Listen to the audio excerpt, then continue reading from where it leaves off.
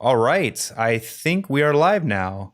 Welcome to another Game Developer Hangout session. My name is Charles, and today we're going to be hanging out with Thomas Brush. For those of you who don't know, he's the owner of Atmos Games and the creator of Pinstripe. And he's got a game called Neversong, I'm sorry, that's coming out this week on May 20th. Thomas, thank you. Thank you for being here. I know you're really busy. You got a lot going on right now. Why don't you say something about yourself? I'm Thomas Brush. I made a game called Neversong. It's coming out to Steam 2 days from now, so I'm really nervous. And it's launch is always the most miserable of experiences. I think hell would probably be preparing a launch of a game for eternity. That's what hell would be. So it's been really nerve-wracking. But yeah, you can wishlist in the link below. But I also do YouTube, so I made a game for PewDiePie last year, and we played it together. I also did Flash games back in the Flash game era. So I've been making games and doing YouTube for about 10 years. So it's been really fun and sometimes stressful, like this week. But most of the time, it's just really fun. Very cool, man. Very cool. Well, speaking of your game, just to let everyone know, there is a link in the description and a pinned comment, and you'll probably see it flying through on the chat every 10 minutes or so. And that's so you can wishlist Neversong on Steam. So be sure to do that to show your support. It's really helpful. And in the meantime, why don't we take a look at the trailer? Let's do it. Let's play that now. Once upon a time, there was a boy, an orphan without a single toy. His name was Pete. His world was grey, until he found a friend one day.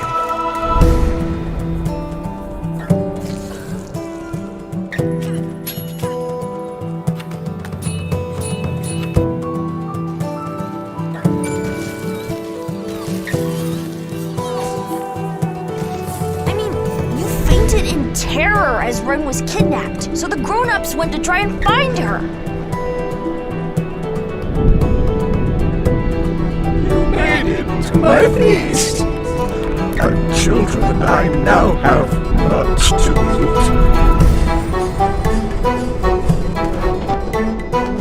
Pete was timid, scared, and small. And this was his last farewell. For Pete into a coma fell.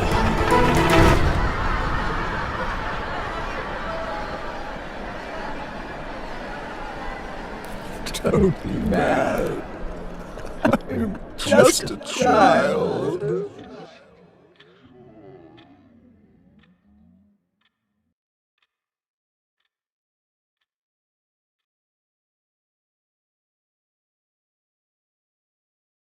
Switch back. All right. So we're back. That was awesome. I was talking to Thomas while it was playing how I actually played through it. He hooked me up with a code. Thank you, by the way. Yeah, no problem. It's great. I had a lot of fun. It's obviously your art style is very like you have an art style from Pinstripe and from the PewDiePie game, and I really enjoy it. But even without the gameplay and the story, it just feels so nostalgic. Like harkens back to like Ocarina of Time. I see elements of that in it, and really, really liking it. So definitely, those of you who just caught that, definitely hit the wish list link and check that out. Yeah, I appreciate that. Thanks for sharing the trailer, by the way. That means a lot. When you say you said I have my own art style. It's not really true because every and I think a lot of game devs out there need to recognize this, whether you're doing code or illustration or whatever, or film or telling stories, everybody's taking from someone else and creating their own thing. And I always feel really guilty about it, but I also realize that's just the nature of being creative. So for me, it's like Tim Burton is at the top of my list of people who I've been inspired by. And I've actually been inspired from a storytelling perspective by M. Night Shyamalan. Who did like The Sixth Sense. His mood and his twists and his sensibilities when it comes to storytelling. Tons of inspiration from him. Adam Westerman, Adam Phillips, who did the Bitey Castle back in the Flash era. So it's crazy how I do look at my work and for like a little bit of like maybe a second I think, man, I did a really good job. And then the other part of me most of the time is like, yep, I took all this. Like I got inspiration from all these different people. But that's just the nature of being creative, I think. So I just wanted to, I guess, point that out. No, I think it's a good point. And I think it's a valuable point. Like there's a book that I really love. You've probably heard of it, Steal Like an Artist.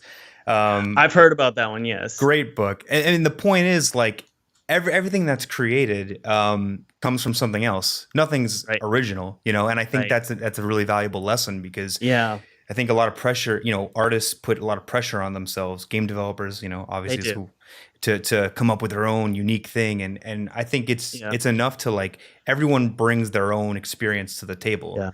So something I was struggling with this before launch of Neversong, so maybe like 2 months ago. Every time I posted a screenshot of my next game, which I'm working on right now, whether it was on Instagram or Twitter, the comments would be like, so it's basically Legend of Zelda and what's that game where you carry the baby? I should know this name. I can't remember the name.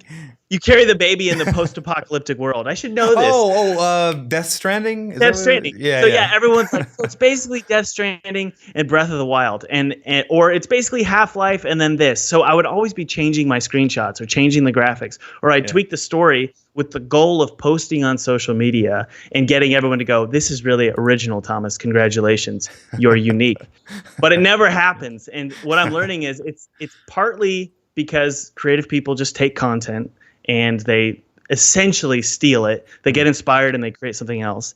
The second problem is that it's insanely competitive right now with Steam and console. Like, everybody can make games now. Everybody can make games. Oh yeah. So there are so many games that are coming out, and it's depressing and beautiful at the same time, because obviously you want to be able to make some money, and if you're competing with thousands of other games every day, it's difficult, but it's obviously a beautiful thing too, because it's like suddenly a very democratic process, or at least it seems like it is. You never really know what's going on in the back end of the various platforms. Right. But yeah, it's just hard to be unique and hard to be creative. So I've just kind of embraced that. I'm just going to make what I like, and hopefully other people like it, even if it's been inspired by something else.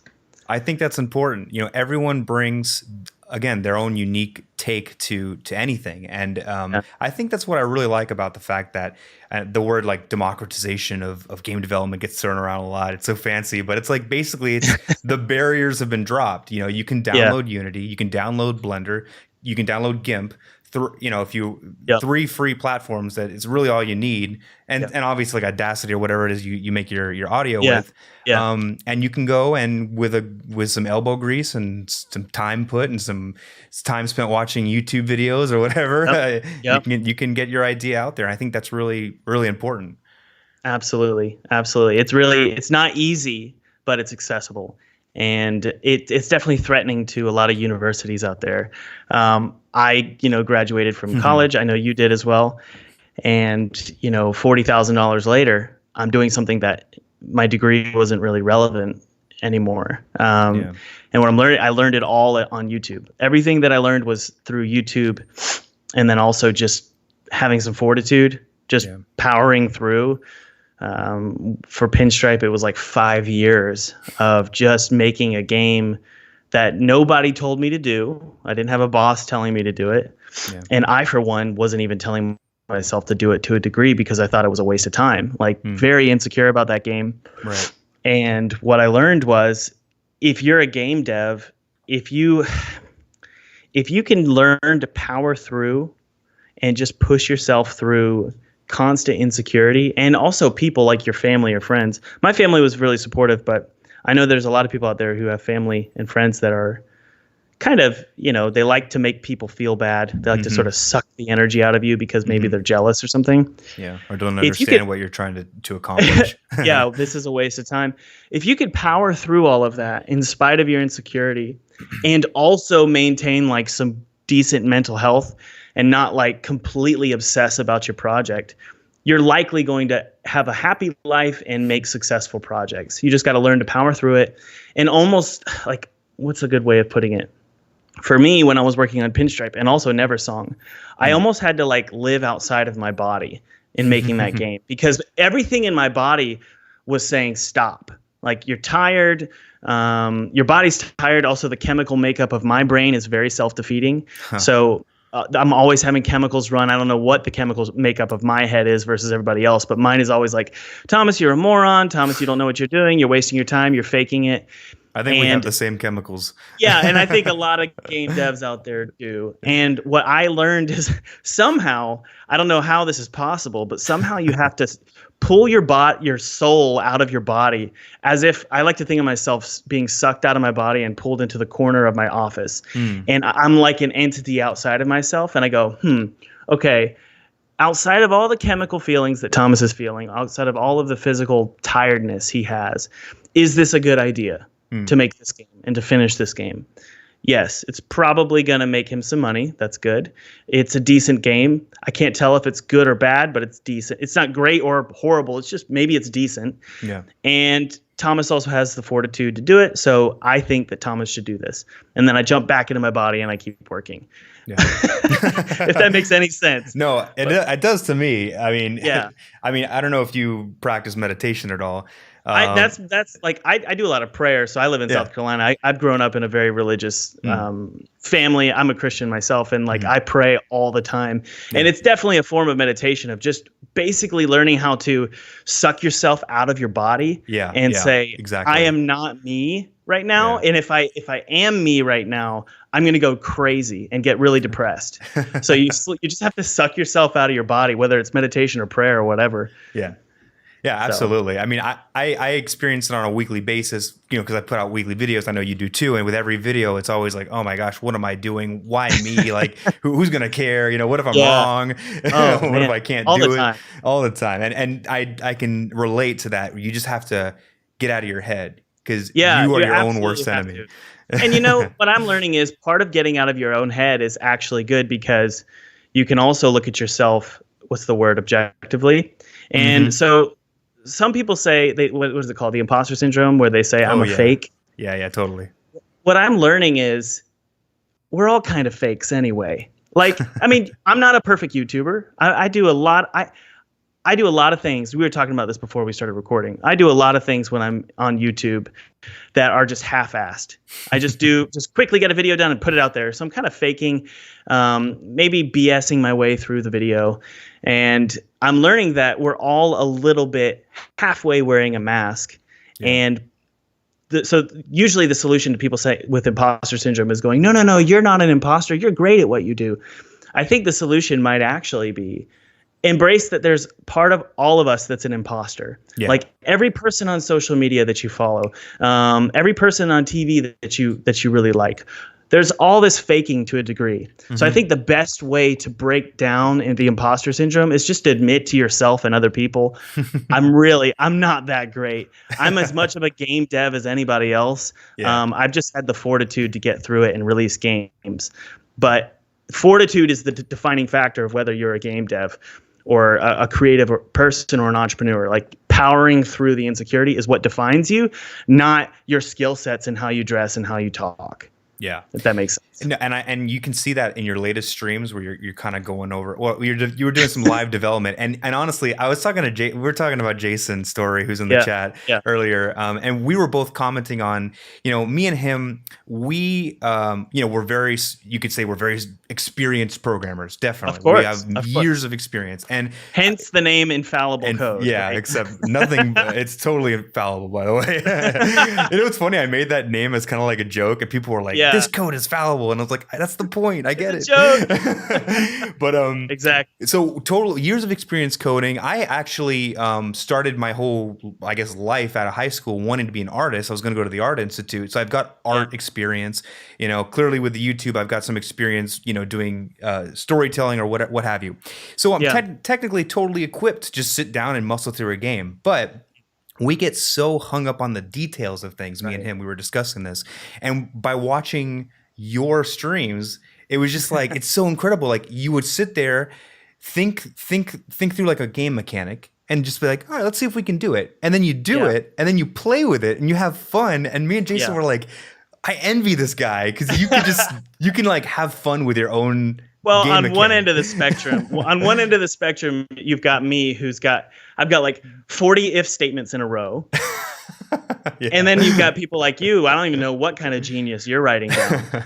but it's okay. So it depends, right? So if you're making a AAA game, the infallible code is brilliant because you've got to minimize as much overhead as possible for your game. Right. But when you're making an indie game, you could get away with a lot of BS. Right. There's a lot of wiggle room there. There's a lot of wiggle room. And that's why so many games come out on Steam, because there's people who are like, well, I know what an if-then statement is, so I guess I can make a game. And they do it, and then they make $1 million on Steam. Yeah. So my point is that not necessarily that, great code is a problem. It's an awesome asset to have, especially when you're working on big titles. And obviously, if I was a genius like you and Jason, I wish that I could do that. You're just experienced. But what I've learned is just getting your game done is the most important thing. Absolutely, I agree with that. And I swear I've had people, I've worked with people and I've talked to people who've made me feel small because they would go, "Why would you do that? Why would you? That's just horrible. You should have wrapped it in I don't know, some kind of array or encapsulated in a class." Yeah. Come on, man. Yeah, and I'm like, I definitely could. Yeah. But I'm going to just keep going because I need to get the demo. Like the way that I approach making games, by the way, is I go, let's make a demo. Get the demo gorgeous on the outside. I don't care what's inside. I want the demo to look gorgeous on the outside, so that I can pitch it to publishers and pitch it on Kickstarter. Then I can get money, which is the most important thing when you're making a game. Honestly, I've learned that the hard way because I spent 5 years making a game, not realizing I could actually just make a prototype, sell it to a publisher, and have some help. Right. You don't have to kill yourself. Right. You don't have to kill yourself. You can actually find funding, and the best way to do it is just to power through, BS your way through to create a prototype. Yeah. The infallible code part comes after the funding comes, so that you can actually pay a coder to open up your mess, and you can let them have an anxiety attack with your code. And then the actual art directors can actually keep doing what they were originally doing, which is making it look beautiful. Yeah. If that makes sense. Absolutely. And I think that's a healthy life cycle for a project, a game, but even coming from the business world, that's how we do it in the business world. We come up with a prototype, a proof of concept would be maybe a businessy term for it. Yep. And then once you sell it, you demo it, you sell it, you even get feedback. And that's another really important thing that I think gets lost. I'll even say on myself is that I'll spend so much time trying to get it right. And then it's like you put it into the hands of someone and they're like, I don't know, this isn't really that fun. And you're like, why did I refactor the hell out of this code for like 8 hours when I should have just given them something? Right. And it's a healthy balance, obviously.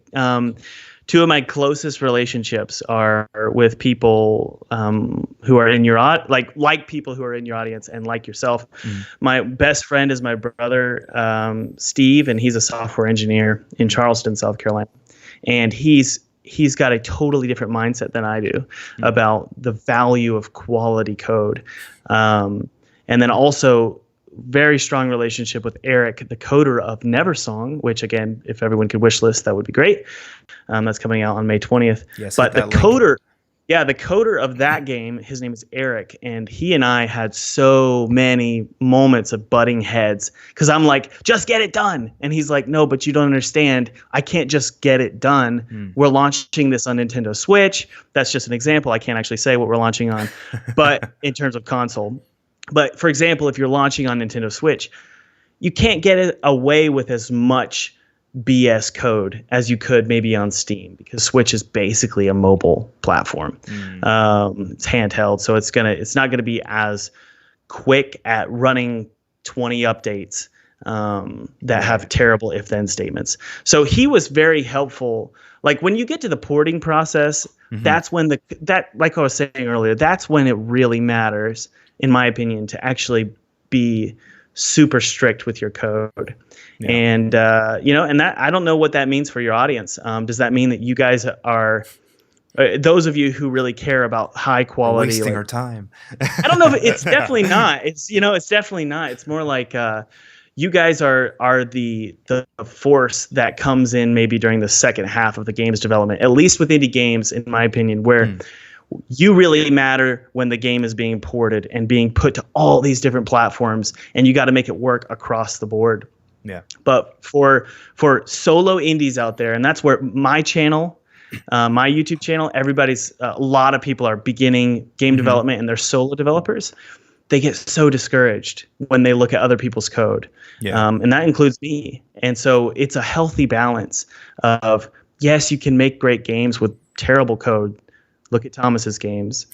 But at the same time, Thomas didn't port the game to console. Like we hired a porting studio to do that. Right. And who knows what kind of magic they worked under the hood that I don't know about. You know what I mean? Yeah.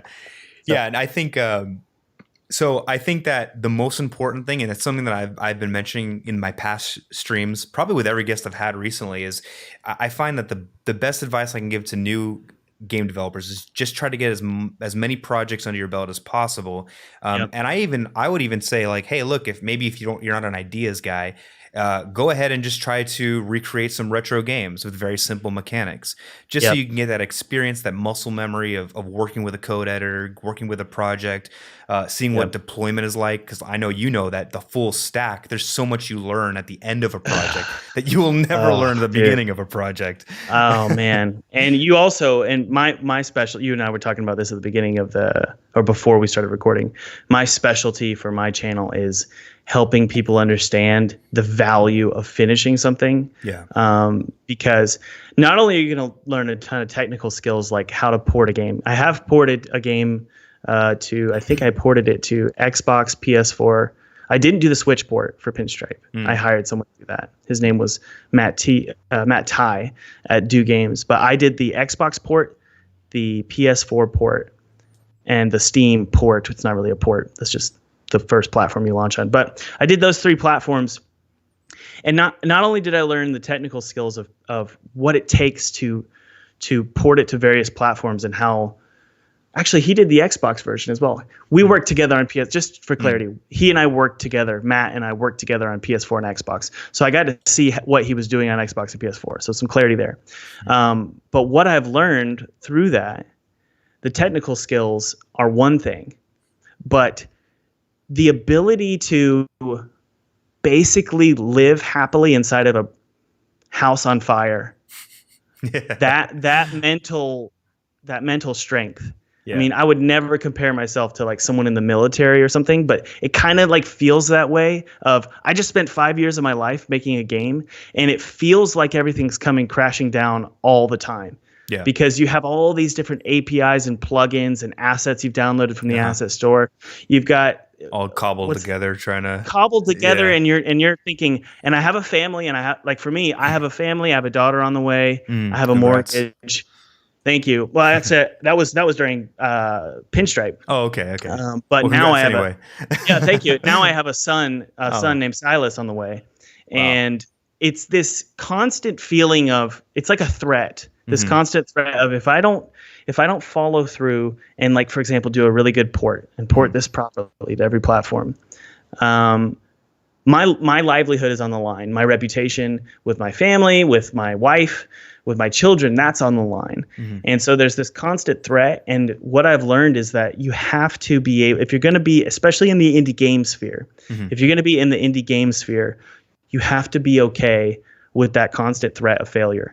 And obviously, this is true in any job. I just find that it's especially true when every single thing, every key you type on your keyboard and every click of the mouse, those are the things that determine your livelihood and whether you're going to be able to pay your bills the next month. Yeah. And I find personally, things are going well for me financially right now, but for the past 3 years, it's been up and down. And I've definitely grown and gotten a thicker skin. So when I see bad code, or when I feel like I'm a failure, or when I feel like the house is crumbling down, or it's not gonna be a successful game, when all of those feelings come in, it used to be that it would wake me up at 3 a.m. at night and I'd be like, I'm going to fail so hard. Like that's when my insecurity would come in. But now I'll wake up at 3 a.m. and I'll get a little like blip, like Thomas, you're not doing a good job, or Thomas, you're going to fail. And then I'm just like, who cares? Yeah. I'll be all right. Yeah. And you just learn to live with it. So getting a thicker skin is so important for entrepreneurs. And you can't get that thick skin if you don't launch something and finish something. Yeah. Yeah, that's the most valuable lesson is to do that. And so you said two things that really kind of piqued, my thoughts. And the first was in the indie game development sphere, and the key word being indie. And that's why I feel like there's so much pressure, because you're independent. It's you. It's your game. It's Thomas Brush is associated with Neversong, so you're directly tied into that. So that's obviously super scary. It is. Yeah, I mean, it is. I'm sure that's super. I've like last year and this year, I've been considering of just taking my name out of the games because, dude, and just being it's at your legacy. Most I know. Oh, but okay. All right, I can see that. Yeah, though. like, what if, like, I don't know. I always have these terrible thoughts. Like, what if on accident, like I didn't know it, but what if on accident I just used a sound effect or an idea or some illustration or something that I didn't realize was actually inspired by something else. And it's like or what if I always, okay. So long story short, when I was in elementary school, we had to flip our card if we did something wrong. I don't know if you guys had to do that, but you'd have to flip a card, right? It would go from green to yellow. Okay. When I was in kindergarten, I had to flip it to yellow, and I flipped it. It's really shameful, actually, what they would do to kids back then. Yeah, I don't know if they do it now, but you have to get up in front of everybody and flip it to yellow. And I don't know what I did. It wasn't something bad, but I started to cry in front of everybody. I just cried so, please make me flip my card. And my teacher said, okay, you can put it back to green. But my point in that story is I feel that way about games. Like, I don't want to release a game and then somebody say, wait, Thomas, you did this or you did that or you're a fraud. Like, all of these different things really scare me. And so for me, I've found that having my name associated with my games is great because people, when they praise you, it feels really good. Like Thomas Brush Games, those are so cool. Yeah. But then another side of me goes, what if I screw up? What if I do something wrong? Or what if I make a bad game? And then all of a sudden it's Thomas Brush is a fraud or Thomas Brush is manipulative. Like, I'll read my comments on YouTube and some people think I'm I can't say, I don't want to get you demonetized, a DICK. And I'm like, what did I do? I don't know why they say that. But maybe I am, and I don't know it. And so all of these insecurities come through my head. Yeah. Being associating, if I am a DICK and I'm being associated with my games, I don't think you are, by the way. Just to throw that out there. Thank you. Somebody said somebody said on my YouTube channel, said Thomas is just like Phil Fish. And I don't even think Phil Fish is that bad, but they say Thomas is just like Phil Fish. You can't stand him. And I'm like, they portray him terribly in that. I know they really do. They really do. And I think some people are just very passionate people with a very sharp tongue. Yeah. Who knows? Maybe, I don't know. Maybe he's from New Jersey or something. And that's people in New Jersey are that way. So I don't know. My whole point is when you're associated with a game, like your name is, it is a scary thing. I used to be so confident, like in terms of my name, that I'd be like, well, if I get praise, then if the game is good, then people will know who I am. That's awesome. So let's go for it. Yeah. But lately, I think more and more about my family, and I have a wife and daughter and a son. Do I want to risk and I'm really close with my extended family. Do I want to risk the last name Brush on a project that I don't know is good or not? Yeah. It's interesting. There's many levels to it. Obviously from a business standpoint, you've established Thomas Brush and people know that. So it's like, well, you don't want to change that because you can leverage that. But then I think from a mental health standpoint, and I'm sure everyone can handle this differently, I think there's something about wrapping your identity up into something. I mean, a lot of people identify as game developers, but now you've taken it a step further. Your identity is wrapped up in your titles, and I can imagine. I mean, granted, you've had that experience now, and you can wake up at 3 a.m. and say, "I'll be all right." But I'm sure there are other folks who would maybe get to that same point and just just their life experiences and where they're at in their mental health. Everyone's at a different place. They might not, be able to handle it. That's a great point. That's a really great point. And I think, my perspective is a religious one, but I think it applies to everyone, which is if your identity is wrapped up in something temporary, that is so like it, especially a talent or a skill you have, that's going to go away so fast, even before you die. It's going to go away when you're like 50 max. Like you're like, I'm not a game developer. I don't know how to do this. And what are these whippersnappers doing nowadays? Like, I don't even understand Fortnite. I don't like it. I don't understand it. But and I'm only 30 years old. But my point is that I can feel that identity already decaying. So it is so stupid and foolish to say, I am X. I'm a game developer. That's who I am. And without it, I'm nothing. I find that that's just, like you were saying, when it comes to your mental health, that's a recipe for, I don't want to go too crazy here, but depression, anxiety, really hating yourself. So I find it's really important for me. And honestly, like nowadays, I'm really relaxed about how I do things. Yeah. I don't really panic about things anymore. I don't worry about, aside from really like hurting my last name and my family and the people around me. Like, I don't want Thomas Brush games to be bad games for my sake, but also for my family's sake. I really like my family. But other than that, I don't really worry too much anymore. Maybe that's because financially things are going well. That's probably a huge part of it. But I've also just gotten that thick skin of being like, you know what? I make games. I'm not a game developer. That's not me. Like, it's so funny when I watch Ninja Warrior or something. They're always like, this is John Doe and he is a firefighter. It's so funny how you go, this is the person and then this is how they make money. It's like, what? That's not who they are. And so I'm learning that all of your viewers and all of my viewers, I hope everyone learns that just because you're making money from something doesn't make you that thing. You're and I'm saying this from even just an economical perspective. You can make way more successful projects if you just stop caring so much about your identity being associated with it. The main reason is because the main reason is because what is this? Some proverb? A fool doesn't take advice. It's really, really hard to take people's advice when your identity is associated with what they're giving you advice. Absolutely, yeah, that's a huge, it's almost good impossible. Point. So what I'm learning is the best way to make a good product is to not make it about you. Yeah. Because then you can take all this input. Like, I could take Charlie's input and I could take Bracky's input and I can take, who knows, PewDiePie's input. Because actually one of the things that really resonate with me is he and I were playing the game I made for him live, and he was playing the game wrong and it was my fault. He was actually playing, you're supposed to play the game with ASWD and use the mouse.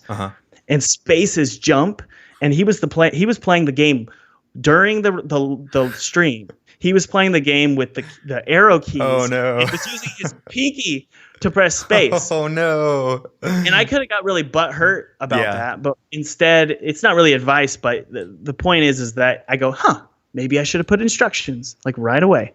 That's what I should have done. And it's not about me. It's not, my game isn't me.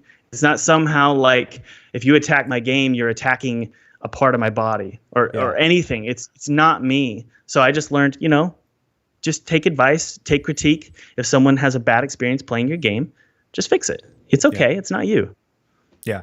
That's super important advice. And, that advice can be taken at so many different levels. You're speaking from the perspective of I've finished a game, and I'm putting it out there and people are playing it. But there are people I know in my audience who are very much, and this I'm speaking from experience, because when I was much younger, a younger coder, I identified as a programmer, a software developer.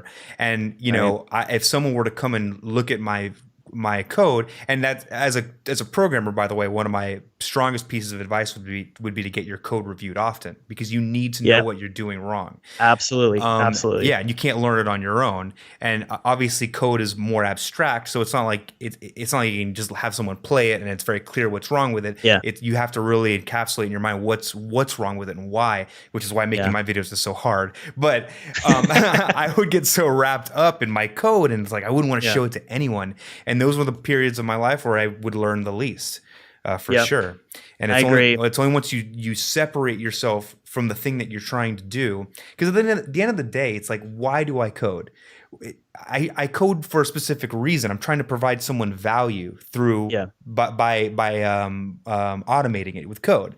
I shouldn't really care about the code. I shouldn't be invested in the code. I should be more invested in what is the value that my code provides. So definitely getting wrapped up is not good. No, I totally agree, Charlie. And like, obviously it's almost impossible to ask a human being to not identify with what their hands are creating. Because in a way, I always view what I do as playing God. It's like, especially when I zoom out, like when I'm in the Unity editor and I zoom out and I see what I've made, I'm like literally like God floating above the planets. World. And I'm like, look at what I've created. And it is you. Like it feels like you, but you have to learn to be able to let go of it. I say this a lot in my videos, but people always say your project, like whether it's your code or your website or your book you're writing or your movie, or in my case, my games, they're always like, man, it's your baby. You got to take care of it. Yeah. I know you care about your baby. And I'm like, I used to go, yeah, but now I'm like, it's not my baby. My baby is a human being in the room next to my office. That's my baby. This little project is not my baby, and it's just a really unhealthy way to look at your work. It's going to result in, like, for me personally, maybe it's not true for everybody, but when I treat my projects with such value, like infinite value, I always end up making a lot of mistakes. Because I'm scared about how, like, if I touch it, is it gonna, like, if I change that, is it gonna be okay? Or I don't want to mess with that. You get paralyzed. You can't go forward. You can't make progress. Absolutely. And hey, how can you have fun? Like, if you were a helicopter parent with your own baby, with your child, they're never gonna have fun. You're never gonna have fun. You got to learn to let go. And if you're not having fun, you're definitely not going to make something that's fun for other people to play. So that's been my mentality lately. I'm not perfect. Maybe 90% of the time I'm doing exactly what I say I shouldn't do. But I really, really try hard lately to just have fun, take it easy, take a chill pill, and just make games. We're so lucky to be able to make games, so we shouldn't be so panicky about how we make them and stressed out. Yeah. So yeah. Especially, I mean, and this might sound harsh, but especially if you haven't actually made a game. And I'm speaking from experience. I haven't really made, I mean, I've worked on a lot of commercial things that I can't really talk about, B2B type boring applications in Unity, but I know how you feel. Yeah, but if I haven't made a game, right? So like I understand the process of the creative process, but I know there are a lot of people, and not to knock them because I feel for them, where they get so hung up on the details. I get so hung up on the details because it's like, oh, wow, this could actually be something that I could create. And then you end up just never creating it because, you get hung up in, analysis paralysis and all that fun stuff. Yeah, absolutely. My biggest thing, it's applicable across all things. But it really is. what I've said is, like, me and my wife talk about parenting a lot because we're parents, and we sit and we'll talk. We had dinner last night together. It was our anniversary. Oh, congrats. And we were just talking. We were talking Mine's about on Friday. Or on Thursday. Oh, awesome. Happy anniversary. Thank That's you. really cool. I wish likewise. we should do a double date sometime, because I know you're 2 hours away from here. Yeah, so that would be really cool. All right. That would be really, really fun. That would be fun. But we were talking about parenting, and I say this a lot. It's better to be a terrible parent and be unified as a couple, as opposed to always complaining about the right way to be a parent to one another. Mm-hmm. Because in the end, you're getting nothing done as a parent, as opposed to some kind of unified front with your child. We're going to both be Like, we're going to agree to be terrible parents, or we're going to disagree all the time and get nothing done. Yeah. And the same is true. The same is true with entrepreneurship and game dev. I heard somewhere that being an entrepreneur means that you like to progress. You like to take the next step. That's what that's what makes an entrepreneur tick, is making the next step. Yeah. And I've learned that that's taking the next step is way more important than standing in place. And basically, I was about to swear, not the B word, but complaining about everything that's around you all the time. You know? Yeah. So it's better just to get it done. So. Well, I want to bring up another thing real quick, but before we get into that, I just wanted to remind everyone, make sure you wish list Neversong. I just saw it come up in the chat, so there'll be a link there. And if you could, just to let the YouTube algorithm know that you're enjoying this kind of content, please hit that like button. We'd really appreciate it. Also, check out Thomas Brush's channel if you haven't. There should be a link in the description. I'm sure you have, because most of you are probably coming from his channel, but if not, definitely check him out. And for my audience who's here, I see a lot of familiar faces in the chat. Just want to let you know that we're not ignoring the chat, just having a good conversation. I see a lot of familiar faces. Thank you all for coming out. And if you have any questions, feel free to drop them in the chat. We'll get to those at some point. I'd love to, if you have time, Charlie, I would love to answer some questions. Yeah, absolutely. In the chat, if we can do maybe like a Q&A or something, whatever you want to do though. Drop them in the chat, guys. We'll bring them up as we go. But what I wanted to say was, and also let us know if the audio is still okay, because I think the frame rate's kind of bad, but the audio still plays. Yeah, that's okay. So all right, I was going to say that, another way to approach, and you've already mentioned this a couple times, approach game development is as a business, as an entrepreneur, and I think that's a valuable lesson that maybe gets lost on some individuals. I know it got lost on me in the beginning. And you as an indie game developer, maybe for your first game, maybe for your first couple games, you're just doing everything yourself.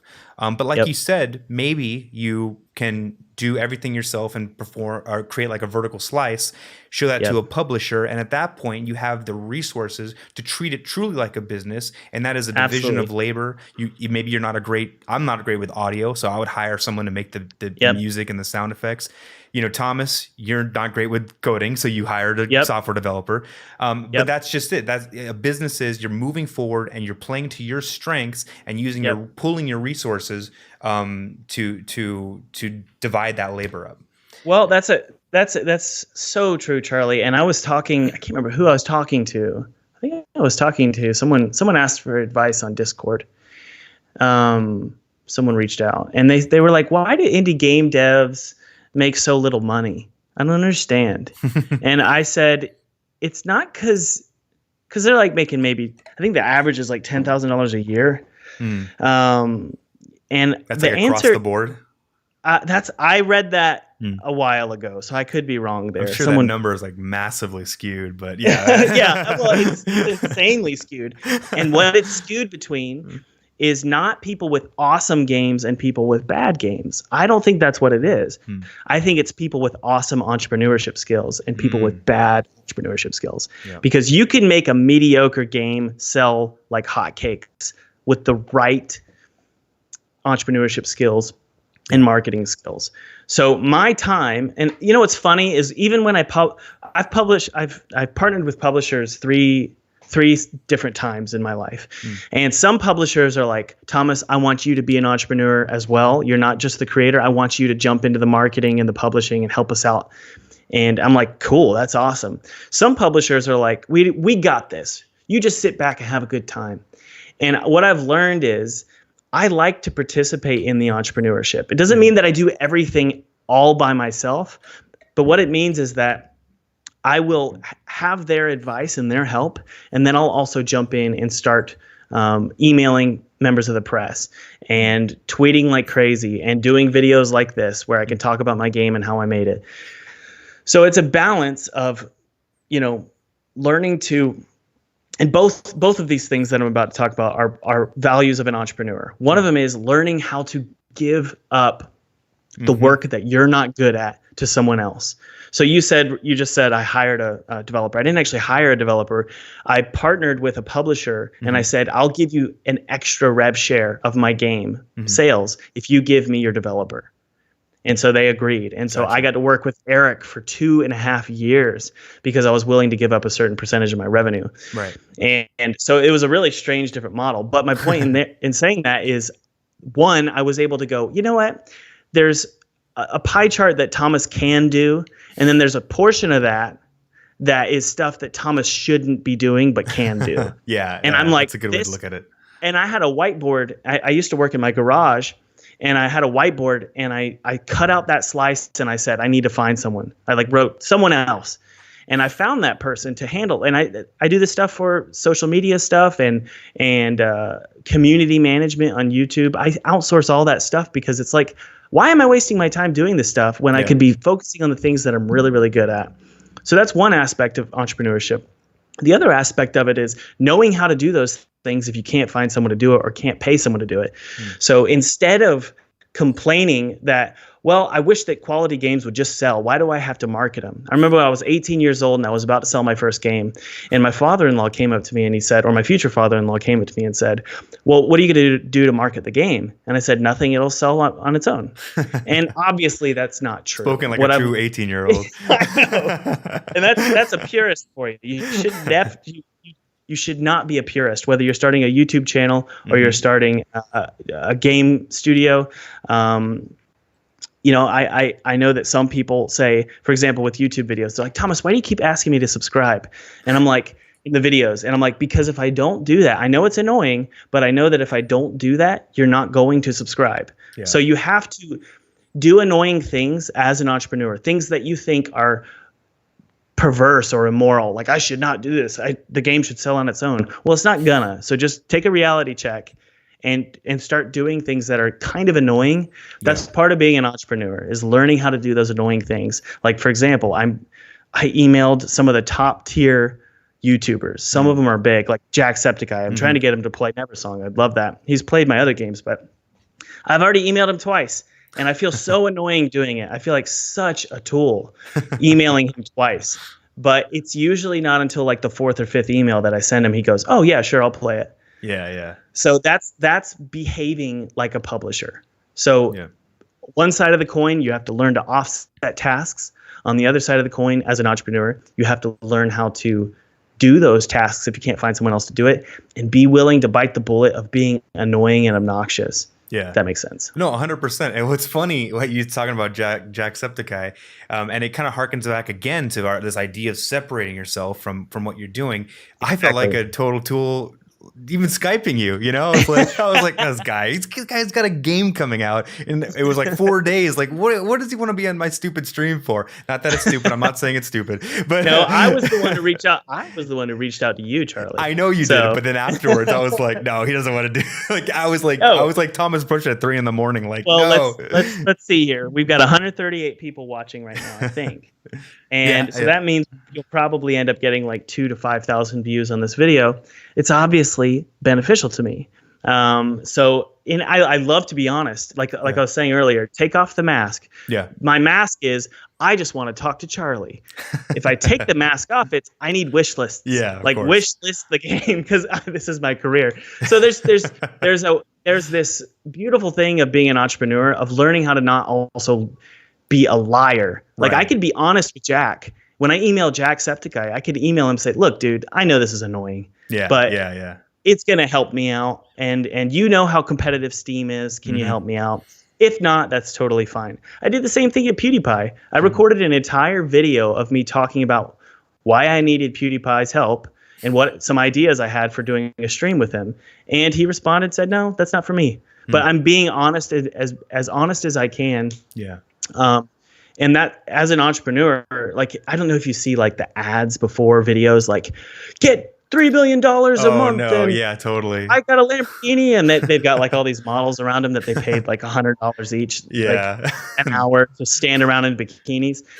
Those people are entrepreneurs, but they're liars. Yeah. And entrepreneur gets such a bad rap. And what I'm learning is, if you're going to be an entrepreneur for yourself, you need to learn to be an honest one, because it is so hard to lie nowadays on social media. It's really hard to lie. People, I don't know what it is. Millennials and Gen Z, they just can smell it. They can smell when you're lying. That's why Joe Rogan is so popular, because he's 3 hours of just talking. And I'm sure there's like 10 or 15 sound bites during his podcast that can cancel him on Twitter. Yeah. But he does it anyway. He says what he believes. And I think that's really important to do as an entrepreneur right now. So that's a little bit of a rant, but that's what I've been thinking. Like, I just want to be honest, you know. Yeah. That's good. And bringing it back to game development, you know, game development is an artistic pursuit. You know, you go into it, a lot of folks have this grand idea for this game they've always wanted to create. And in the end of the day, you can look at it as art. But if you want to successfully, obviously there are outliers. There are games that make it, like Minecraft, who just popped out of 4chan and blew up. But realistically, you know, you need to also be able to I guess engage in the idea that it's a business. You're going to have to separate yourself from it and be honest and treat it like a business and really pursue it in that way. So. Yeah. And it's not, you know, people are like, well, I'm just not born with that skill. And I'm like, it's not about being born with a skill. Mm-hmm. I mean, maybe it's about being born with a desire. I'll go that far. Maybe it is about the desire. But entrepreneurship is a skill that you can easily learn on Google or read a book. Go read 4-Hour Workweek or How to Win Friends and Influence People. Or there's another one. There's another one that's about get rich. Get rich. Yeah. Think and Grow Rich. Think and Grow Rich. I think it's Napoleon Hill. Those books, just go buy them and read them over the weekend or over 2 or 3 weeks. And all of a sudden, everything's going to change in your head about, oh my goodness, I can't just make a product and just sell it and hope that it does well. I have to dedicate 40, 50, maybe even 60% of my time to selling this project. Yeah. And that's what I'm doing right now. That's what I've been doing for the past 2 weeks. And I have friends that I talk to on Discord who have done it themselves. Mm-hmm. And I'm always taking advice all the time. You should email this person. You should not be emailing this person. You should post to Reddit on this day at this hour. All these different people who are feeding into me. It's essentially like being in a club of friends that you had to find. And they all slowly lift you onto their shoulders, and you create like a human pyramid so that you can show the world your game. That's really, honestly, that's for me what marketing a game is. It's putting together a pyramid of people that you trust and that have done it themselves so that they can lift you on their shoulders and you can show off your game. That's really what it is. I mean, I didn't know you until I met Elena from Unity. She's a fan of yours. And great. I met Elena through someone else. So there's just this chain of events that occurs by just knowing people, and not only knowing people, but reaching out to the right people. Yeah. And that's what all entrepreneurship is. It's having the emotional intelligence to say, you know what, I'm not as smart as I think I am. And how do I actually befriend somebody in the industry who has way more influence than I do, and for some reason they're going to care about me? That's emotional intelligence, being able to shout up to that person and say, hey, I know I don't have a lot of great quality content. I don't know a lot, but I would love for you to mentor me. And believe it or not, people are willing to do it. I've done it for people this year already, about 3 different people who've reached out to me. And I've only got like a small following, but I'm someone else that they can talk to. And then hopefully I could put them on my shoulders, and then they can get even higher and higher and higher. Yeah. That's really what marketing to me is. Yeah, for sure. And by the way, first of all, shout out to Elena for putting this together. Yeah. Everyone should send some love her way for organizing this. Yeah, she's on Twitter. I don't know. Let's see here. It's like Elena Unity. While you look that up, it's funny that we had a question from Happy Farang, thanks, a longtime follower of the channel, who was asking best way to promote a game. And I think you kind of just answered it. And it also kind of goes back to kind of what I've been doing on the channel here with this live stream and the live streams that I've had in the past, where there's this community of game developers, specifically those who use Unity. And I think that's something that I've been kind of focusing on as well, is trying to connect with these individuals. I see it here. Thanks for posting that. Connect with these individuals, get us together, start having these conversations. And in that way, it's like everyone kind of can build the pyramid together. Even those on the bottom who, like, I guess I could view as like the lurkers who just kind of come to these streams and don't say anything or participate. Everyone's still in the pyramid in some way, you know, as long as you have that desire and you're putting that foot forward. like an entrepreneur should. I think that's super valuable. I think that's totally true, Charlie. And by the way, you're in a really good position because you love doing these podcasts. How many people do you know now on a friendly basis because you've done these? Yeah, it's been pretty incredible. Like you and I are going to be friends now. Yeah. We are friends now. Got a double date on the books, man. I know. And I didn't even know you 30 minutes ago, but that's just how important it is getting to know people. Yeah. And growing up, I don't know why, but I was really I would always get embarrassed by myself. So I would always get my face. I had a problem where my face would always get red all the time about the dumbest things. And that was up until I was 20 years old. And I just told myself, I said, like, I don't want to be this way anymore. Yeah. I don't want to be constantly embarrassed. And I learned the best way to fix this. And this applies to entrepreneurship in a sec. The way that I fixed this was just to slowly do more and more embarrassing things. It's like basically dealing with your phobia. So just constantly doing embarrassing things. And Tim Ruswick and I had a podcast together, and he talked about how he read Tim Ferriss's book 4 Hour Work Week. Oh, right, yeah. And in that book, it says to lay down in the middle of a crowd, like at a subway or something, and just lay down on the middle of the crowd and have everybody wonder, what the heck is this guy doing laying in the middle of a crowd? But the point is it builds up that callus of not caring. And so Tim actually told me that he did that, which is hilarious. But my whole point in talking about having my cheeks turn red all the time when I was a teenager is because it doesn't happen anymore. And it doesn't happen because I have constantly been pushing myself to get out there and do YouTube videos every week or twice a week or 3 times a week, live stream, put my artwork out there, which, to be honest, I'd probably rather be naked in front of a crowd than put my video games out there in front of a crowd. That's how important they are to me, Yeah. And you've got to just learn whether you're working for a boss and you're doing creating really great code, or you're an entrepreneur. It's really important for you to not care so much, and that's probably one of the running themes of this podcast. Stop caring so much about you, and rather, because if you're constantly embarrassed about yourself, especially as an entrepreneur, you're going to get nowhere. I can't tell you how many times people, it's not a lot. A lot of channels, really nice following. My following is very supportive of me. But there are people out there who will make fun of you and make you feel stupid, or tell you that it's immoral for you to be, sharing your content so much. Stop self-promoting. And I've learned that you just can't care. If you're gonna be successful as an indie, you've got to just go out there and get it done and not care so much. And your cheeks should not be turning red every time you're doing something.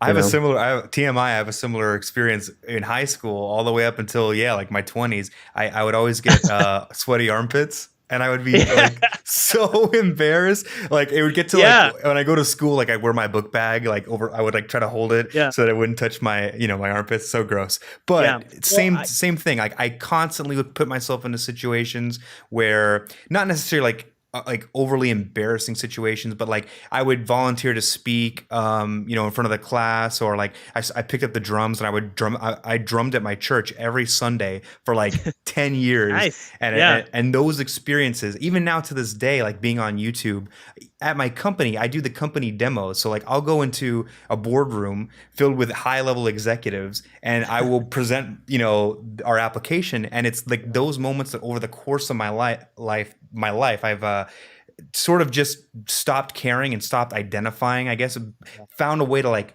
separate myself from myself. And it's funny, my wife commented on it a lot when we first started dating, because she would notice that I would just do things. Like I started to learn juggling just for the heck of it. And I would just go to like a group of people and I'd be like, oh, watch this. And I would fail. And she'd always be like, man, you just go for it. Like you don't care what people think or say. And it's just like, I don't know. It was truly a learned thing. It was a skill that you have to hone. It did not come naturally by any stretch of the imagination. Exactly. And being, I guess, self-promoting is only as it's like we all have a little meter. Like I like to think about my life like it's a video game. I love upgrading. One of my quotes is that I had on Twitter for a while was "Live your life like it's an RPG," and because honestly, in my opinion, we're living in a game basically that God created. But that we all have a little meter of how much embarrassment we can handle before it's just like I don't care anymore. And so I've gotten to the point, I think, knock on wood, where I've used up so much of that embarrassment meter. Maybe it's one that decreases. So the more embarrassing things that happen, it just decreases. Yeah. And it's just a zero. It's like, I can't, I'm not embarrassed anymore. And so I've learned that if you're going to be an entrepreneur and if you're going to be successful, you've got to use up that embarrassment meter you've been saving up through high school and college. Yeah. Like just use it up as quick as you can so that you can live your life and actually just start releasing content and not give as many F's as you would if you hadn't used it up, Yeah, absolutely. So. And then I think so here's something that I have less experience in, but I know it's equally as valuable is emotional intelligence. And you said this earlier. I think it does go hand in hand, because I think there's definitely a line where you could maybe exhaust your embarrassing meter, but maybe not have the emotional intelligence to know when it's too much or what is appropriate. Man, that's a whole other dimension of this conversation. And I don't know. I mean, that's the thing, right? Is part of exhausting your emotional meter or your embarrassment meter is actually being with people. Yeah. Right. And so hopefully if you're and I'm as guilty as anyone, especially during thank God the quarantine in South Carolina is over. But during quarantine, I didn't talk to anybody except for my wife. But like, it's so important for you, especially like I hate to be so stereotypical, but I'm a game dev, so I know what other game devs are like and other coders. They get in their little hole and they just code. Yeah. And especially if you're going to be making creative work, if you're going to be doing that and that alone, and then expect to be able to tell a story or expect to know how to promote yourself, good luck, because you're not going to understand how people tick. And I'm guilty of this too. Like I've done a lot of things in the past, and I'm not going to say what they are. I've posted stuff on YouTube that I deleted really quick because the backlash was crazy. Yeah, like all the comments were like, "Thomas, what on earth did you just do?" And I would delete it. I'm like, I didn't know that was bad. But it's important for it, especially for an entrepreneur. That's how you learn, I guess, right? Like, absolutely. And it comes back to that embarrassment meter is in order to learn how to be emotionally intelligent, you have to learn how to be willing to suffer through the embarrassment of moments where you did not have emotional intelligence at all. And that applies to how you tell a story. That applies how you sell your code to clients and sell yourself to the world. You have to learn to be a human being. And that also comes back to being honest. If you're dishonest, everyone can smell you. You stink. So you got to be honest. And it's just a really fine balance. But it all has to do with being in the world, being part of the world. And gamers and game devs and coders, they're so bad at being in the world. They're always on Reddit or on YouTube or Discord or Twitch, but they're not in the real world. And I think that and obviously that's just me being, taking a stereotype, but that has been true for me. And I just know that it's true for a lot of gamers and game devs out there. So be in the world. For sure. Yeah. And I think a lot of what we're saying here is from personal experience and being able to come out of that. I don't want it to seem like we're, poo-pooing on things that we have not experienced personally. I know certainly in high school and college. I mean, in high school alone, before I even became got into game development or programming or what have you, I was that guy who would spend 12 hours a day playing like World of Warcraft and who was not very socially, adept. And it took a lot of pain on my part having to put myself in experiences with people that I wouldn't normally associate with, going out, whether it be just any sort of social gathering you could think of. Yeah, I mean, there's so much to be gained from that and getting out of a bubble. And I think that, again, comes back to sort of a theme that we've talked about is, if you wrap your identity up in something, like in high school, I wrapped my identity up in playing World of Warcraft. So who did I speak to? Anyone who played World of Warcraft and nobody else. If you wrap your identity up in being a game developer, all you'll speak to are game developers. And so now to this day, I mean, I do things that are so way out of my comfort zone. You know, I'll go play golf with friends. You know, I'll go out to now all these things are very much in my comfort zone now, but they wouldn't have been like 10 years ago. Going out to a brewery, just deciding to meet friends at a park, go on a hike, go camping, just all these sorts of things with individuals that I wouldn't normally associate with. But all those life experiences, they increase your emotional intelligence. And they give you more life experiences, which will inform your games or whatever you end up creating. And most importantly, it will inform how you build relationships with people who are smarter than you and can put you on their shoulders. That is crucial. Yeah, If absolutely. you because one of the assets that I've had lately is the ability to email people and get them to email me back. And I was able to do this before I had a following on YouTube. So before I had any kind of following, before any of my slight successes, I was able to email people. Maybe it's just they're really nice people, but I would email people and just be as honest and open with them as I could. And just, I guess I learned a skill, maybe through college or something, with the ability to be able to connect with people who, through email, people who are much more successful than I am, and get them to respond to me and say, yes, I would love to help you out. Yes, I'd love to mentor you. And so that's so crucial. It's so funny when you look at successful people, a lot of them will tell you, yeah, it's just because I met someone else and they helped me out. And that's so important. You've got to learn how to be able to connect with people who are different than you, in a different place of life. So for example, a lot of the people that I would connect with who helped me out and put me on their shoulders, they're from a different country. Maybe they speak a different language. Some of them are in their 40s or 50s. Like some of these people I text now who are very successful, multi-millionaire people are people that are 45 going like maybe even 50 years old across the country, and I'll text them for their advice. And we're totally different generations, totally different people, but we can connect. It's so important to be able to connect with people. And this is so crucial nowadays, because like if you go on Twitter, everyone's got their little political bubble. So it's like, don't mess with this political bubble or they'll kick you out. And so you've got to be really, really careful. And the same as on YouTube. YouTube is a bubble machine. Like if you want to have an identity, just get on YouTube and it'll give you every video that you need to solidify that identity. And that's so bad for marketing yourself, because you start to think that everyone thinks like you, and it's not true.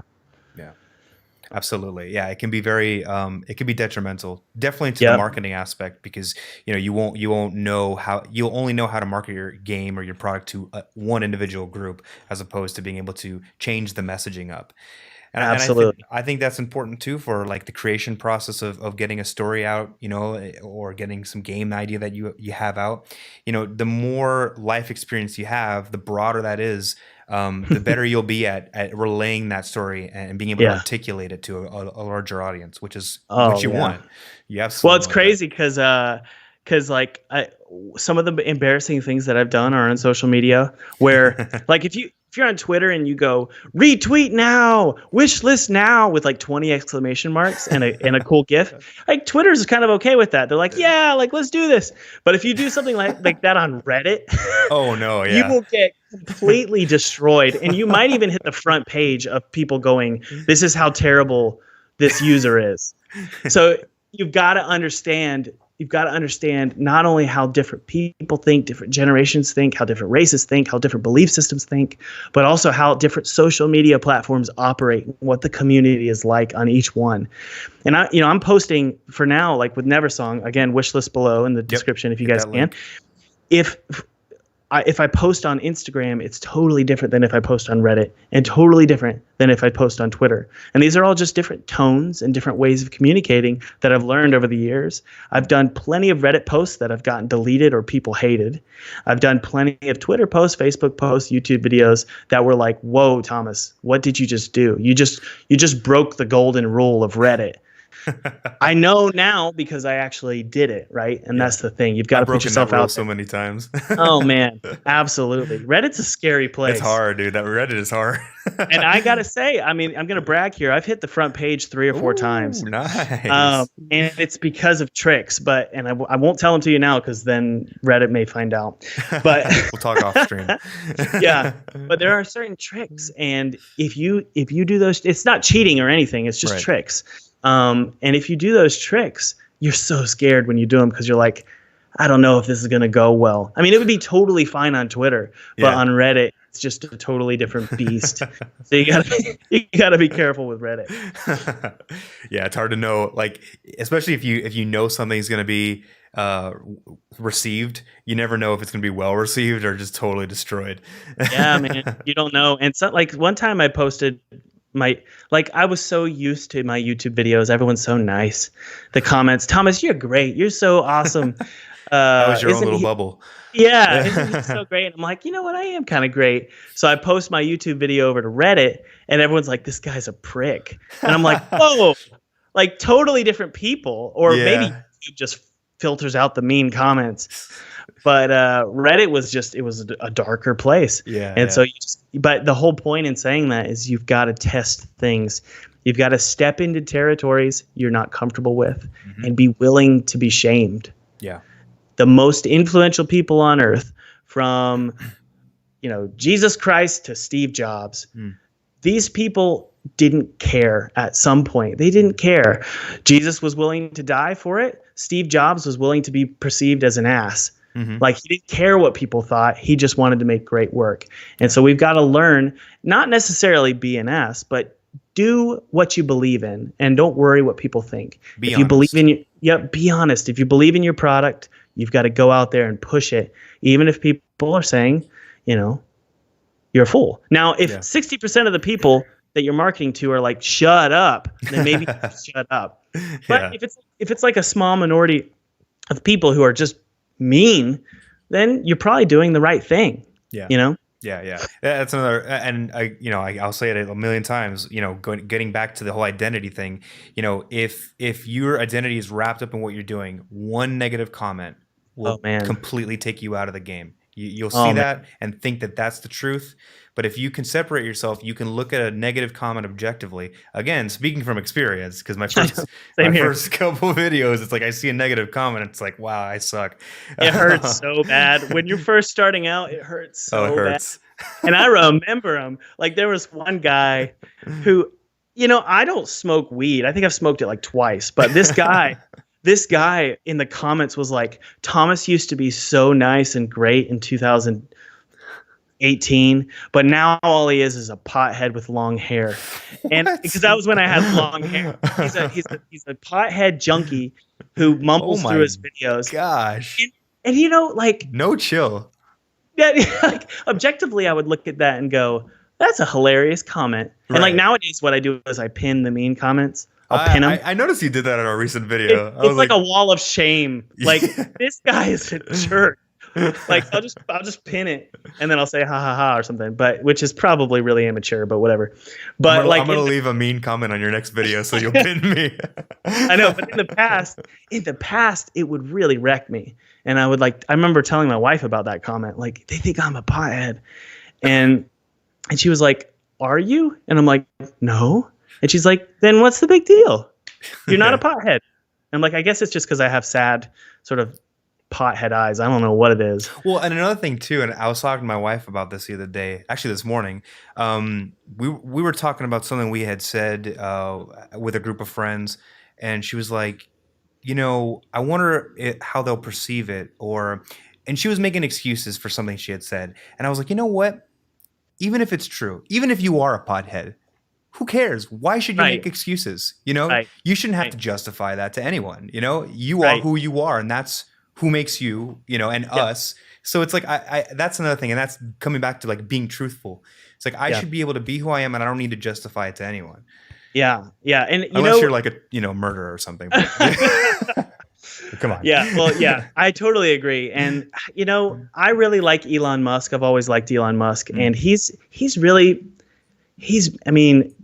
I won't get into the politics of it, but he's really putting himself out there lately on Twitter. And I'm like, regardless of what people think is right or wrong, this guy has got balls to go out there on Twitter and talk about reopening the economy, all this stuff. So I just not necessarily talk about respecting his views. We can argue all day about that, but I respect the balls and the audacity to stand up for what you believe in. Yeah. And I think that is so important as an entrepreneur. It's separating the wheat from the chaff. The people who are afraid to say what they believe, they'll watch for example, on YouTube, the people who aren't real, they'll probably slowly die off. And the same is true with like PewDiePie. PewDiePie, he had some real bad mistakes. Let's be honest. Yeah. Big mistakes, but he was honest and apologized for all those things and owned it up, really, really worked hard. And he tried to do like some offshoots from his channel, start businesses, stuff like that. But what I remember last year or 2 years ago, he was like, I'm just going to be me. I'm just going to be me and do what I want. And the channel blew up. Yep. And obviously he's an outlier in terms of his success, but I think it's definitely true for everybody. Whether you're working for a boss or you're an entrepreneur, the best way to be successful is just keep being you. Stop lying. You can't lose by telling the truth. You just can't. Yeah. Like, you can lose temporarily. You always have plenty of short-term losses by telling the truth. You're going to get ridiculed. People are going to make fun of you. Maybe you're going to tell the truth about something you did wrong. But in the long term, it's just better. It's healthier to be truthful and honest when it comes to marketing yourself and also what you think of yourself. It's better to just be truthful, if that makes sense. Yeah, because if you're not truthful, obviously the antithesis of that is you're lying. There's a certain tension to that. And it really does. Absolutely. It does come out. It comes out in your content. We're all content creators here, whether it's games or making, YouTube videos. When you are not true to yourself, that tension, it just comes out, and it's so obvious. And that's why I do think that, like, when PewDiePie made that shift, and I was witnessing this as well, you could just see the quality of his videos rise, and obviously not the video production, because that's a big meme. That's the whole point. But like just the quality of the video, just so packed. I mean, if you're into that, obviously he's not everyone's cup of tea, but if that's what you like, then it's just like his content became so much more packed with the content that you wanted to see, because he was being truthful to who he was. Right. And I think that's so valuable. And the same is true like across the board. Like, you've got the Elon Musks of the world over here, and then you've got like the Bernie Sanders of the world over here. Probably pretty different viewpoints, especially lately with Elon's tweets. Very different, but I respect the hell out of both of them because they're so real. And that's what people want. Millennials and Gen Z especially, they crave honesty because we've been lied to for so long on social media platforms. You just see it all the time. Marketing companies twisting the truth and manipulating you to buy certain products. And this is definitely true in the gaming industry as well. And I'm learning that I don't want to be a part of that. I just want to make great content and be myself. And you're even seeing people in Hollywood do this, especially during quarantine. All the Hollywood stars are coming to YouTube and opening up and being like Tom honest. Tom Green's on here doing live streams are hilarious. Like just being himself. Kevin James. I don't know if you remember him. TikTok. Have you seen him on TikTok? Oh, I love his content. I've seen him on TikTok, but like growing up, this has nothing to do with entrepreneurship and gaming. I just really appreciate. Well, maybe it does actually. He was on King of Queens, right? Right. Yeah. And I hated that show. My parents watched it all the time, and they thought it was so funny. They'd be like switching between Fox News, Everybody Loves Raymond, and so King corny, man. So all of it's so corny, like the dumb fat dad. My husband's so stupid. Funny. And so I always told my mom, I was like, Mom, can we please stop watching this? And then I found Kevin James on YouTube. He just jumped into the game. I don't know how long he's been doing it, but his stuff is hilarious. It's like, and it comes back to our conversation about honesty, which is like, I wonder how honest he was being with the studio lights in Hollywood. And then all of a sudden he's like, you know what? I'm going to do YouTube videos because of quarantine. Maybe I don't know if that's why he started doing YouTube videos, but a lot of these superstars came to YouTube. And all of a sudden it's like, hey, I really like this star. And some of them, you're like, oh, now I really know who you are, and I don't like you at all. It's really separating out, again, the wheat from the chaff, which is like the people who are honest are really successful on YouTube, or they fail immediately because people see right through it. Like the Imagine video that was sung by all the superstars during coronavirus. So That's them being honest. You know, they've got their iPhone and they're singing in front of their iPhone. That's them being honest. And maybe that's what they truly believe and they love that song or whatever. And they really want to help people out. But when people are honest, it's so much riskier because it means that you're going to either be perceived as who you really are and people like it, or who you really are and people hate it. It's really difficult, but I think it's the best approach, especially nowadays with social media. Jason in the chat mentioned this video by Lindsay Ellis that's really good. It's about authenticity. I'm gonna get a link in there, but yeah, no, that authenticity is so important. You know what's funny about the Kevin James thing? I'm sure all his TikTok content is just from what's it called, from YouTube. I got to check out his YouTube channel. But I see, you know, I don't know why, but like me and my wife are really into TikTok, so like it's our nightly ritual before bed. I need to be. Apparently it's the thing, and I just cringe when I watch it. So I'm just trying to keep with the kids, you know. I know. I'm trying to be cool. I'm doing my best. But there's definitely a lot of creators on TikTok. Like Jason Derulo has a really funny TikTok. But yeah, you see that authenticity. But you know, something you were saying earlier was that success, and something I wanted to talk about on that was like, you know, we think of success and we think of numbers. It's just success that we should shoot for. And I think from there, obviously there's a whole entrepreneurial aspect where you do have to do all the marketing, but to some extent, starting there is going to make it so much easier to take that next step into, you know, really marketing it, really taking it and making it a product that you can turn into a business. And if you don't have that at the beginning, if you don't have that authenticity, it's going to be so much harder to get to that next level, I think. It will be. And, you know, success is measured in a lot of different ways.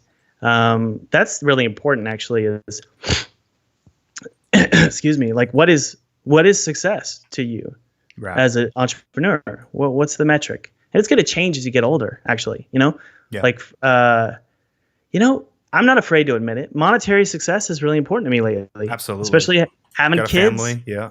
I've got a family. I've got a house, and I also want to build some wealth for my kids. I'd love that. I think that'd be great. I kind of like the idea of building a little empire. That sounds kind of fun. and you know, people are always like, success isn't monetary. It's about you know, leaving a legacy. And I'm like, well, what does that mean? Because the problem with leaving a legacy is it only lasts maybe 20, 30 years after you die, max. Unless you Steve Jobs or Jesus. Jesus or like Mozart or something. But the truth is, unless you believe in something eternal, which I do, and I hate to keep coming back to God. It's just part of how I was raised in my life. You, man, authentic. Yeah, so that's who I am. And unless you know, if you don't believe in the eternal, then where does the line stop for how much influence you want? Is it like 30 years after you die, or what are you shooting for? What's valuable? And for me, the older I get, it's like more about my kids. And it sounds so lame because like my parents used to talk that way. Like all I cared about was my kids. And I'm like, Dad, but didn't you care about yourself? And because I was 20 years old, like when he would say stuff like that. And in my head, it was all about, you know, making an impact and doing amazing things and changing the world as a 20-year-old. Right. But now the older I get, the metric of success is based on my kids and making sure that they become good people, so that they can make good people and those people can make good people. So I'm learning that all I care about personally right now, I do like building wealth. That's fun. But I love, and I'm not very good at it, but I'm learning. But what I really love is the concept of taking whatever you're working on. Taking whatever you're working on and ensuring that inside of whatever you're working on is a little golden ray of like a seed of light or a diamond of light that you can give to your kids and their kids and the kids after that.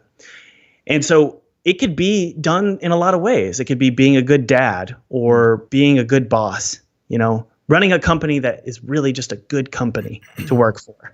Or it can be making games that really shine light on what you find valuable. Yeah. So, and what you think would help other people. So for me, my games are all about, one of them is about what redemption really looks like. It's about a minister who goes to hell, and that's Pinstripe.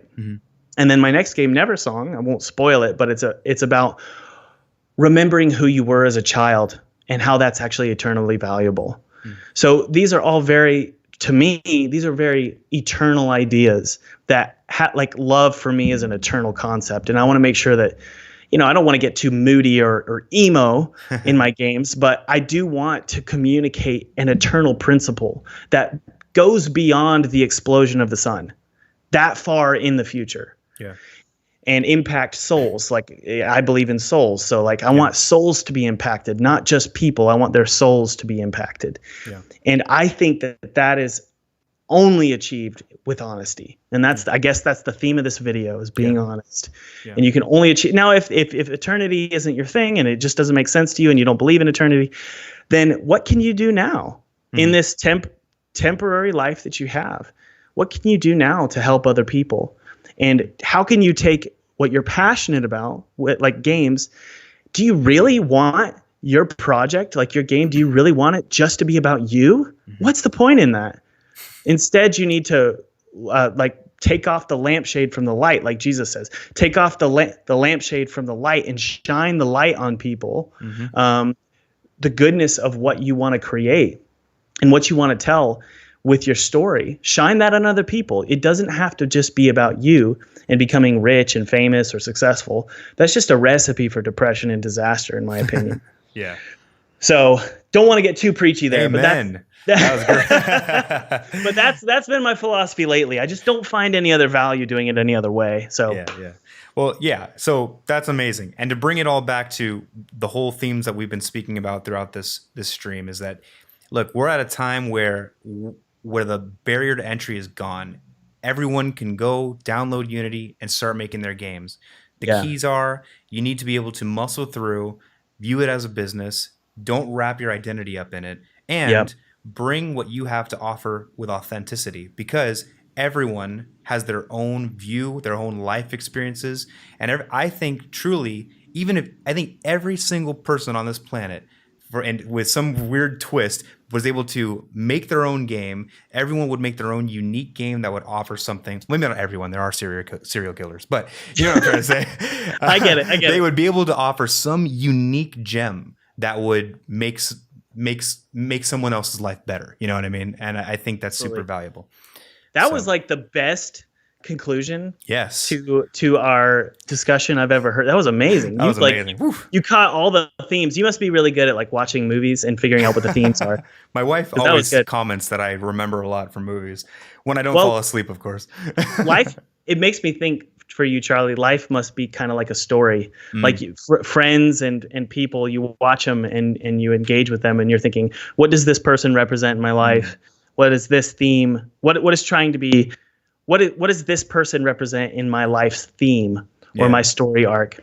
And that's pretty cool. I mean, maybe that's not true, but that's my impression. There's a seed of truth to it. Maybe I'll make a game about that. Well, Charlie, did we want to do a Q&A here? Or? Well, I saw a couple questions come through. Let's go ahead and answer some. And then I try to keep these around an hour and a half just so they don't go on and on and on. So let's answer a couple questions. I'll scroll up in the chat. And then I think what we'll do is we'll wrap it up.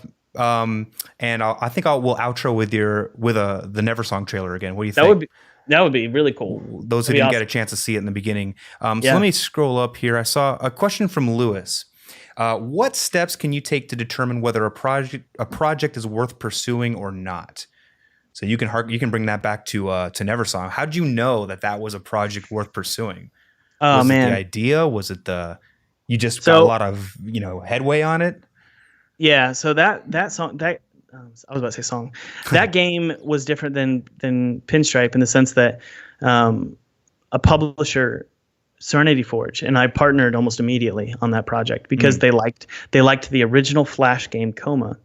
So in that case, knowing that the publisher found it valuable, and also my audience from the original Flash game, which it had like 8 million plays when I had released it on Newgrounds.com. So that was sort of confirmed by the audience. Right. Pinstripe, on the other hand, my other game that I made, and that's out on Switch and Xbox, PS4, and Steam.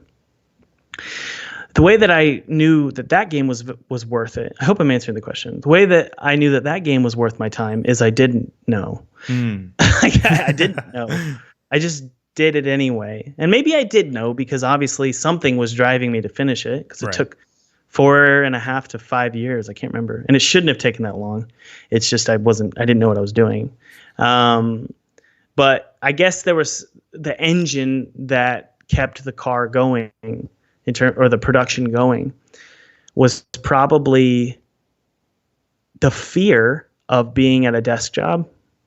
I just, I didn't want to do it. I did not. By desk job, I mean having a boss. And I had the best boss in the world. He and I are still friends. He's actually a mentor of mine. But I just didn't want to work for a boss. I couldn't handle it. I did not like. I'm very. I don't know how I'm coming across in this podcast, but maybe some people think that I'm a very humble and nice guy. But there's a dark side of me, which is like, you don't tell me what to do, and I will do what I want, and I know what I'm doing. So that side of me, when I'm working for a boss, it's very.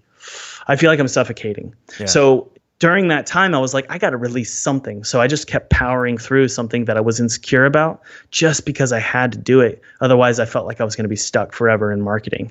Yeah. With a boss. So do you think that answered the question? So the first answer you gave was he had a publisher who was very clear. The second one was more abstract in that you were informed by basically your desires of what you wanted to get out of your life and where you wanted to take yourself. One of the best things people can do to become a good entrepreneur is work in a place that they can't stand. And again, I had a great job. It was actually rated top 25 places to work in South Carolina. And I still I could not, I just wasn't for me working for a boss. And so, yeah, exactly. And the second part is just hating your current circumstances and dreaming about the future.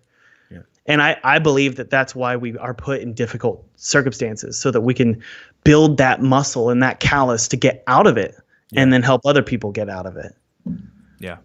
If there's no gain from your pain, right? Then, what's the point? Right. That's my philosophy, at least. Cool. I think that answered the question. That was great.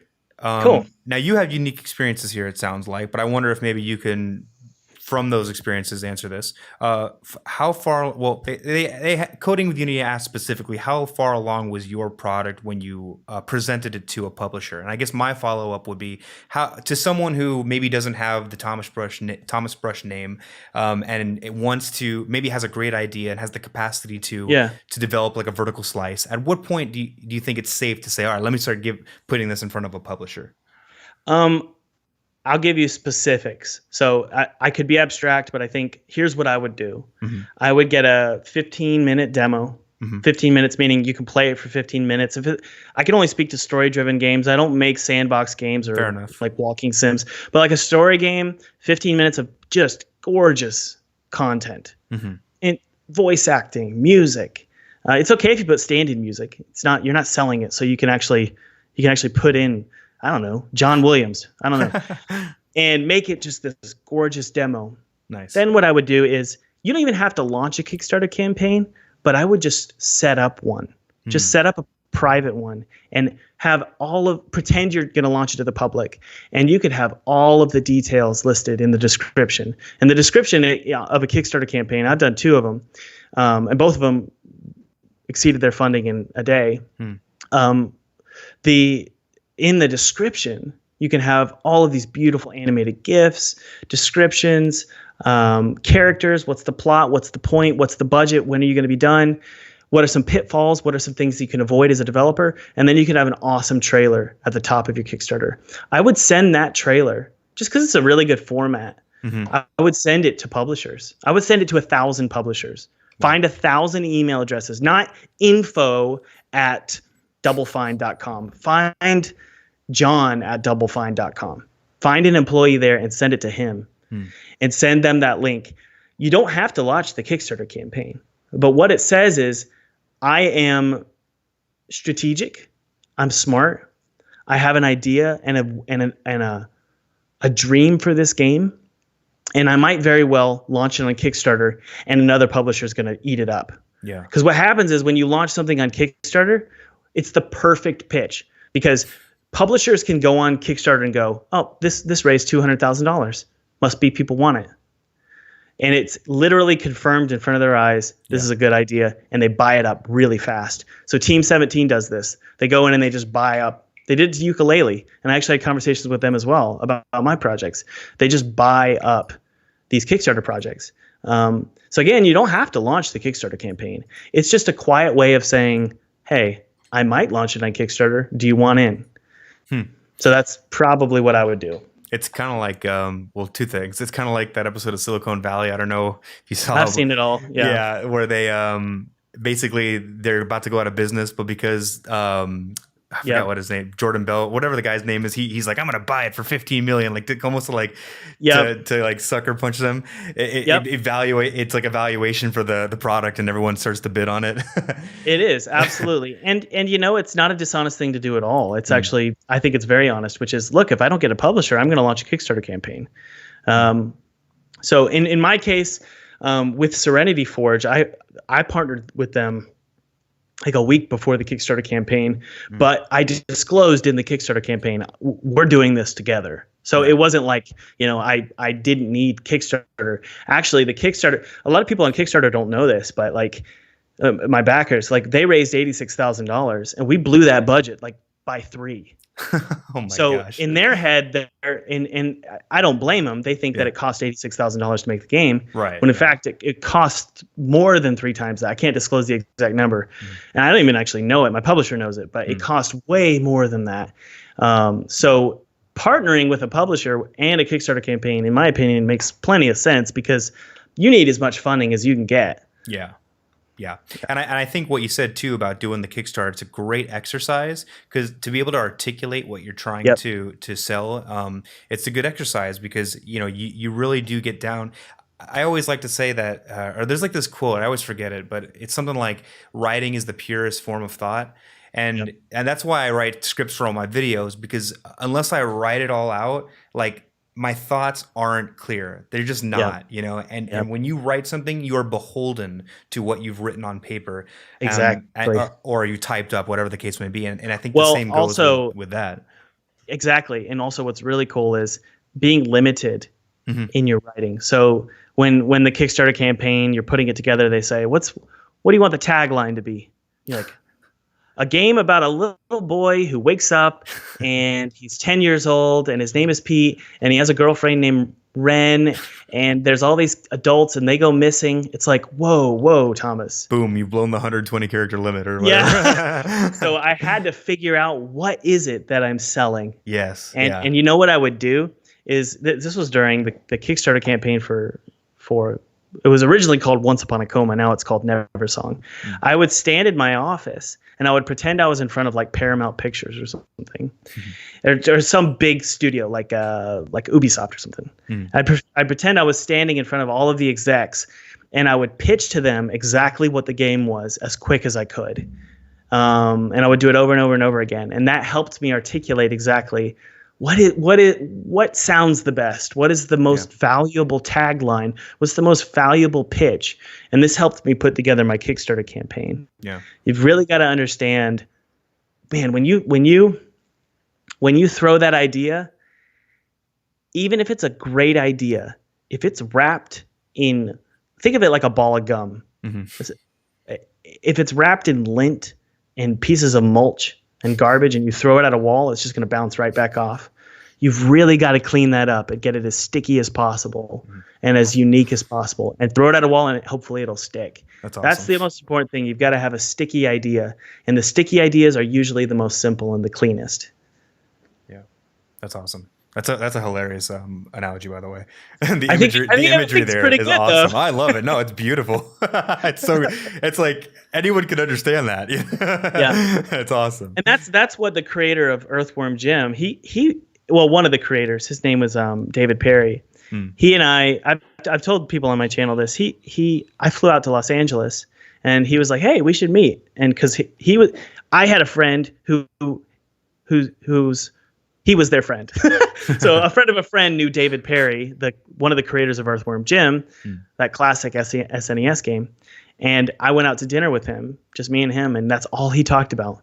Is your idea sticky? Is it sticky? Is it sticky?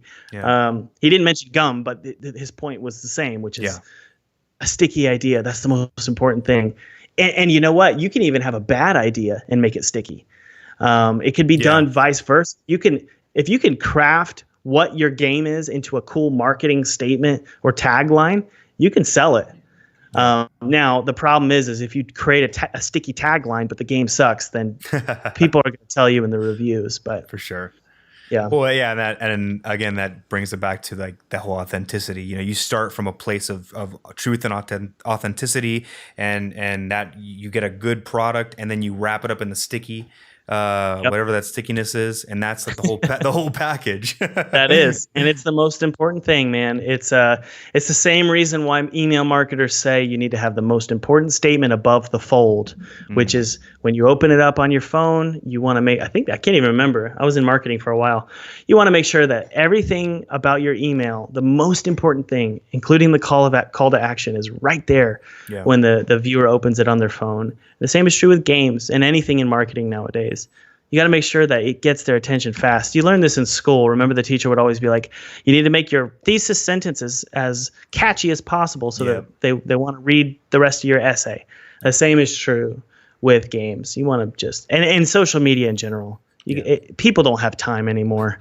Yeah. Well, they do. They just think they don't. So, yeah. Cool. Well, that was a good answer. I think I'm looking through the questions. I didn't really see any others. I think we kind of answered a lot of them as we went along kind of organically. So I think we're at a good place to stop at 1 hour and 40 minutes. Yeah. Great, man. This was a great conversation. I thought so too. I liked it. You're a cool guy. Thank you, man. I appreciate it. You're cool too, and I really appreciate you coming on my little old channel here. Yeah, and I had fun answering questions, and I did want to say hi to Jason. He's hanging out in the chat. Jason's a really, really helpful guy, and he hangs out on my stream sometimes. You know this, but I'm telling the audience. Yeah. And he's got some good ideas, some really good ideas. So Jason, keep it up, man. As he says, 152 people watch Charles talk about his sticky package. Thanks, Jason. Appreciate that. Appreciate that gem. That's perfect. That's like the perfect ending to a great podcast. Thank you, everyone who joined in on this. If you haven't already, we're going to play the trailer, but I want to make sure that everyone gets an opportunity to hit that wish list link for a Never song. Gosh, that's kind of like a tongue twister. Wish list. I know. I mess it up all the time. My wife calls it Ever Song, and I'm just like, whatever.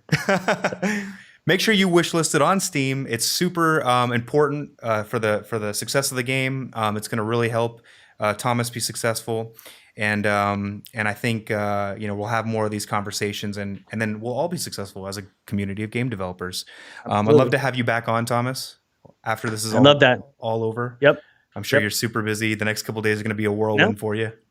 No, I'm not busy at all. I'm just launching a game. No, let's do it tomorrow, same time. Yes, it is very busy, but I really like your channel, so I wanted to participate. Cool, I appreciate it. We'll have you back on, and we'll do that double date. That's right, man. All right, everyone. I'm going to close us out with the trailer. So thank you all, and keep an eye out on the channel. We'll be doing another live stream soon, actually with Jason. So keep an eye out for that. I'll schedule that ahead of time. So thanks. Take care, everyone. Once upon a time, there was a boy, an orphan without a single toy. His name was Pete. His world was grey, until he found a friend one day.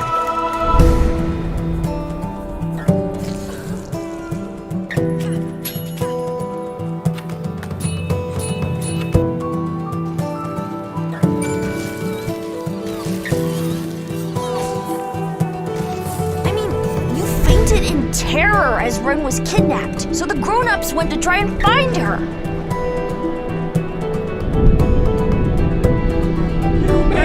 To my feast. Our children and I now have much to eat.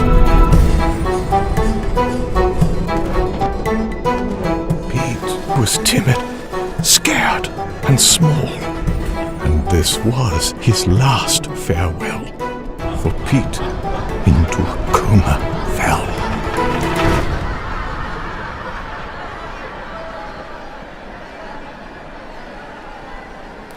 Don't be mad. I'm just a child.